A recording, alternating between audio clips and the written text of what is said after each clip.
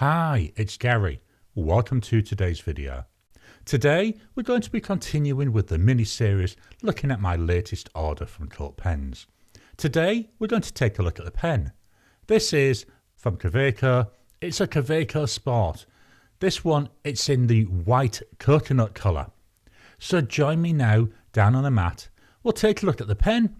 We'll look at some size comparisons. We'll do a writing sample. And then I'll give you my first impressions.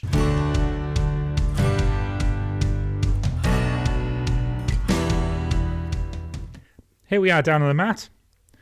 Here's a Kaweco box. Just looking around that, fairly standard box. So it's a frosted fountain pen in natural coconut with a 1.1 stub. Yeah, nothing really exciting about the box, is there? What's interesting is what's inside it. Let's open this up.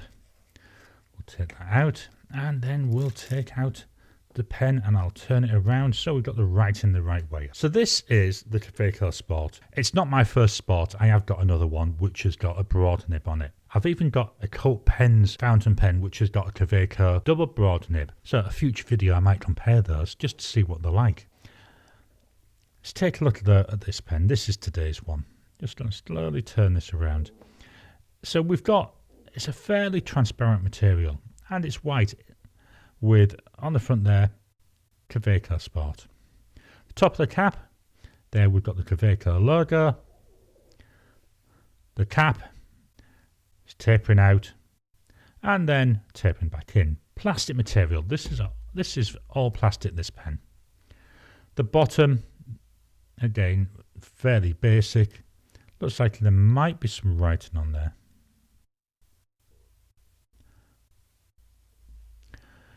If we unscrew the cap,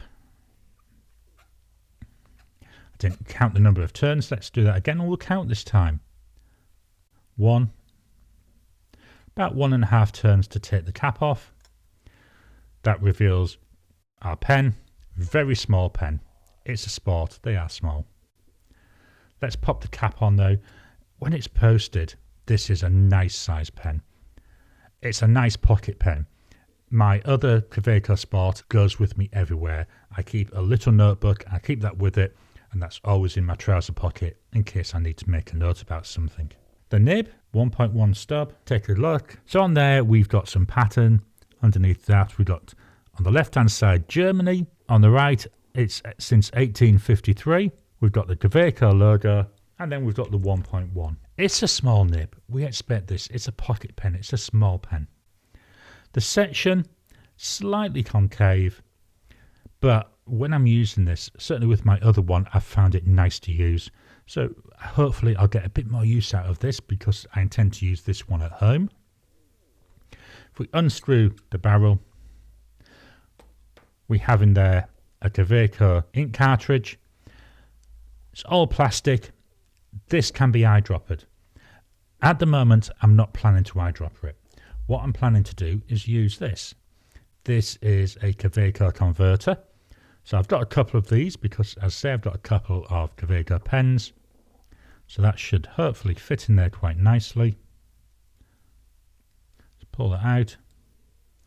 And it doesn't want to fit in. Okay, I managed to get that in. What I had to do is put a fair bit of pressure on the end just to get that to go in and stay in. But once it's in, it's nice and solid. Let me just pop this back together and we'll do some size comparisons. So the two pens I've brought in, these are my standard comparisons. I mean, it looks minute, doesn't it? The Pilot Metropolitan and the Lamy Safari. That's a tiny pen compared to these. Let's take off the caps. Again, small pen, isn't it? What I'm going to do though, this pen really is designed to be used with the cap posted. I'm going to post that now and then we'll take another look. So with the cap posted, comparing with unposted for the other two pens, it looks about the same size. They've all got fairly small nibs as well. Although it still looks tiny, it's a nice fit in my hand. There we go. You can see that. And that's really nice and usable. Just so we can have comparisons, I'm going to now post the other two pens. So now we've got all three pens posted. Again, that Kaweco, it looks small. But I don't use the other pens posted anyway. I use them unposted, so in terms of usability, they're all very much of a similar size for me. Just going to swap this over and fetch in some pens in the same price range. So the pens that I've brought in a pen BBS 268, and that was 32 Australian dollars. The Kaweco, that was 33 Australian dollars.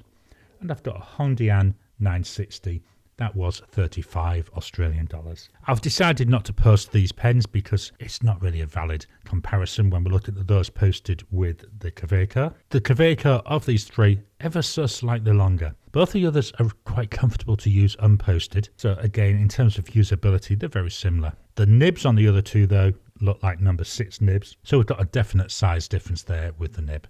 Let me pop the caps on all of these.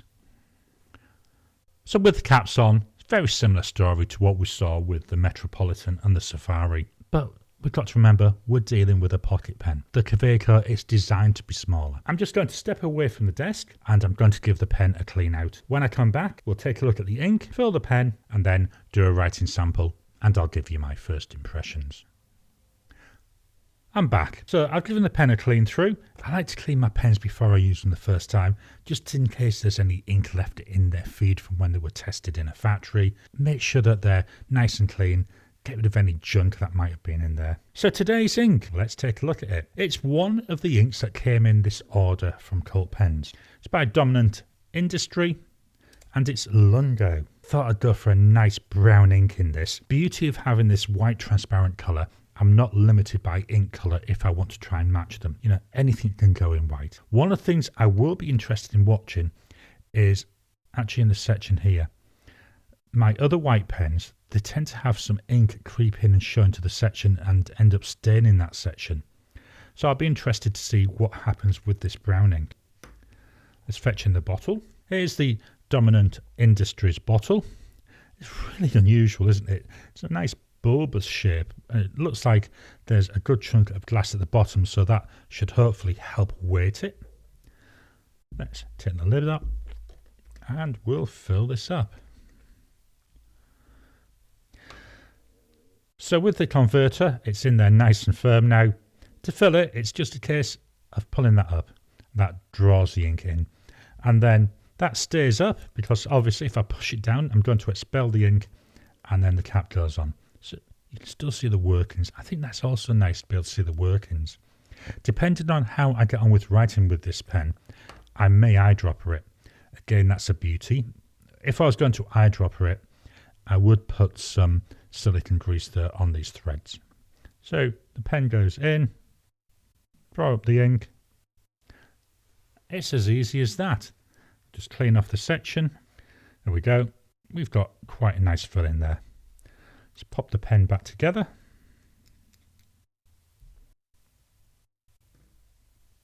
I'll get rid of the ink and I'll fetch in my notebook of testing. So here we've got the notebook of testing. This is a black and red A5 notebook and it uses the Oxford Optic paper. I really like this paper. It's nice. It's fountain pen friendly. Let's get this pen out. I say I have to post it. If it's unposted, I find I struggle to use it. So we have here a Kaweco Sport. It's got a 1.1 stub and it was 33 Australian dollars. The ink, Dominant Industry, and it's Lungo. I keep wanting to put Industries. I don't know why. And on my swatch cards, that's what I did write, but it's not. It's Dominant Industry. Drying times, immediate. 10 seconds. 30 seconds. This is what I'm saying about it being too short when it's unposted. I'll write for a couple of words, but I wouldn't want to do more than a sentence. 1 minute.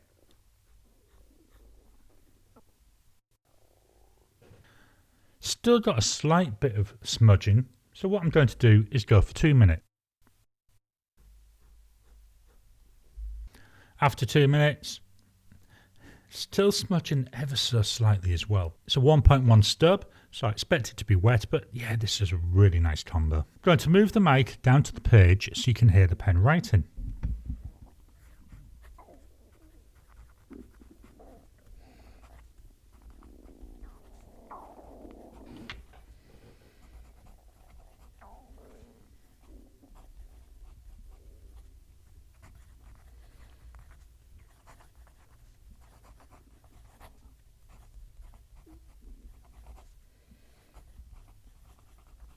I quite enjoyed that. That's not catching on the paper, it's not gliding, there's a nice bit of feedback, it's comfortable to use. As I say, one of my concerns with it being a pocket pen was, is it going to be comfortable? But it certainly seems to be. I also see quite a bit of shading in this ink. You know, if you look there on the A and the L, on the tops of the E's, most of these words have got some shading coming through. Let's look at what the line variation is like. So we'll start with down, that's no pressure. That's with pressure, not that much of a difference really. Again, I'll go down with no pressure and then I'm going to go across.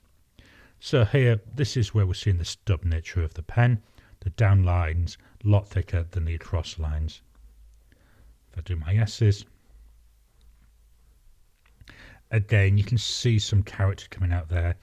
Where I'm going down, we've got that wider line. Then where I'm going across and up, we've got that narrower line. Flow test.